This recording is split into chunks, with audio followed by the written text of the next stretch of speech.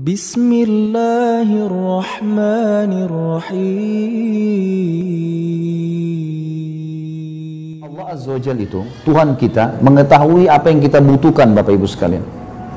Allah sangat tahu, maka Allah turunkan hukum halal haram. Tujuannya untuk kebutuhan kita sebenarnya. Gitu kan? Kita harus tahu masalah ini. Baik, saya akan kasih contoh misalnya. Bapak Ibu sekalian, pernah terjadi dialog antara seorang syekh di Damaskus, ibu kota Syria, dengan seorang pastor Katolik di sebuah ruangan luas.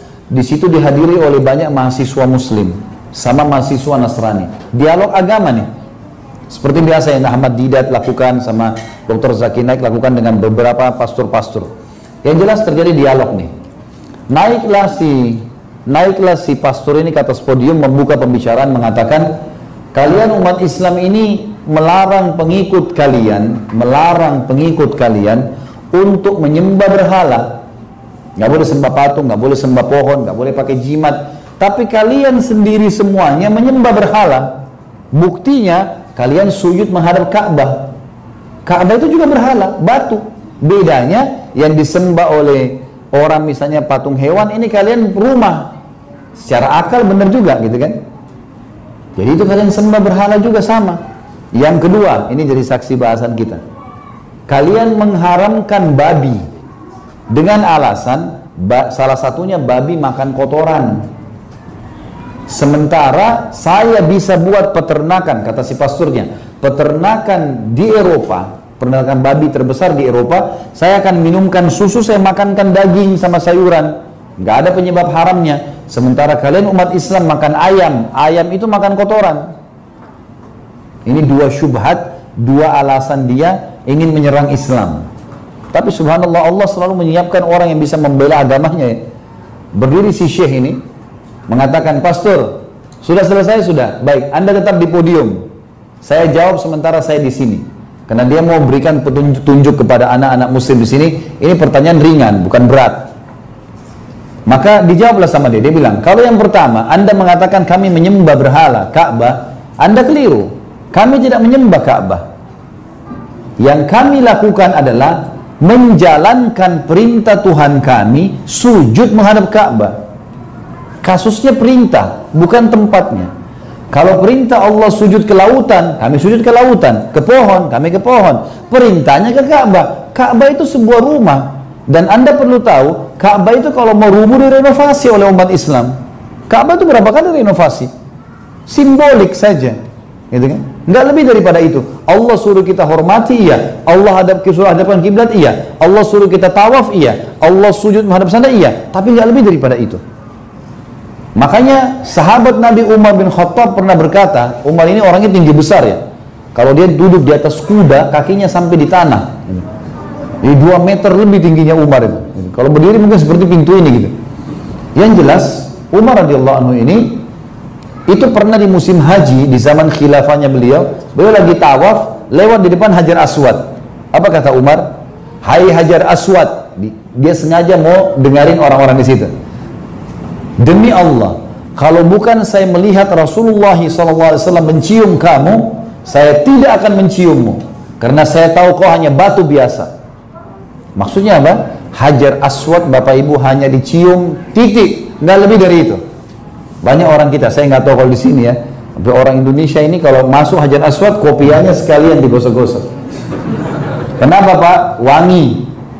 Ya pastilah wangi. Sekarang bayangin jutaan orang cium, lalu nggak dikasih minyak wangi, bau apa kira-kira Hajar Aswad? Harus pakai akal sehat. Sunnahnya mencium, nggak lebih dari itu kok. Itu kata Umar gitu kan.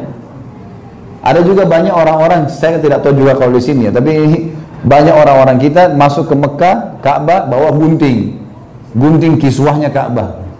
Bukan untuk tahallul, untuk gunting kiswah.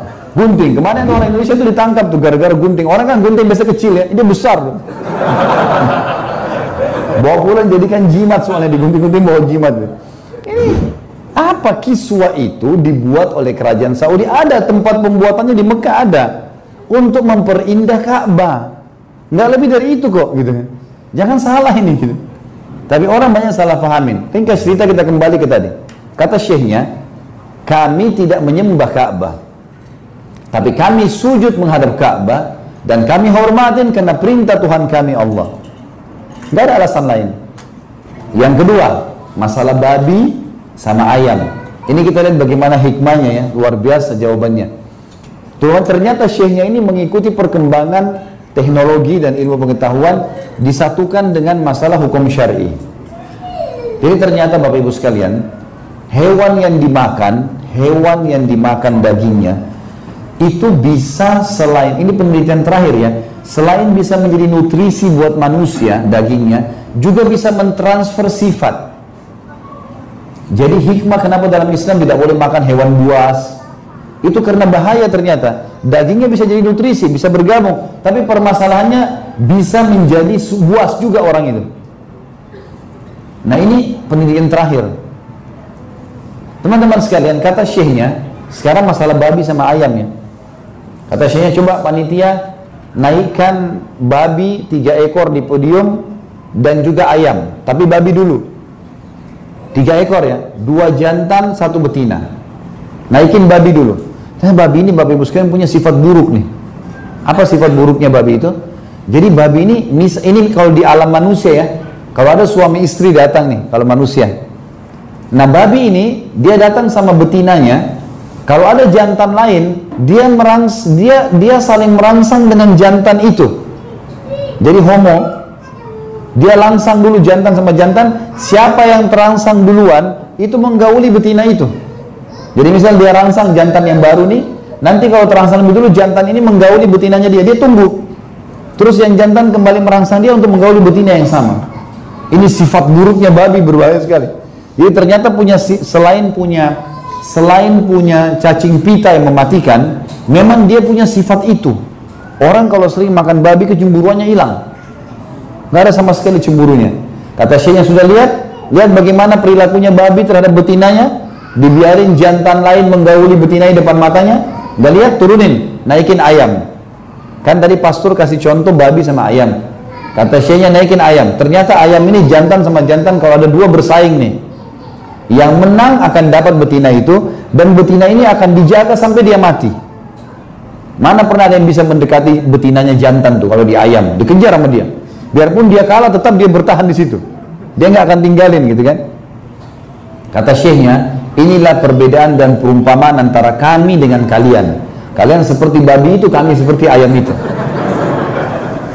Kan ada contohnya tuh. Karena kami dalam Islam punya mahram. Istri saya, ibu saya, tante saya, saudari saya, anak saya perempuan tidak boleh sembarangan orang sentuh. Mau ada adabnya, datang akad nikah baru halal, kalau enggak boleh, gitu kan. Seperti itulah. Jadi Bapak Ibu sekalian, Islam datang memang dengan kemuliaan. Allah tidak memerintahkan sesuatu kecuali baik.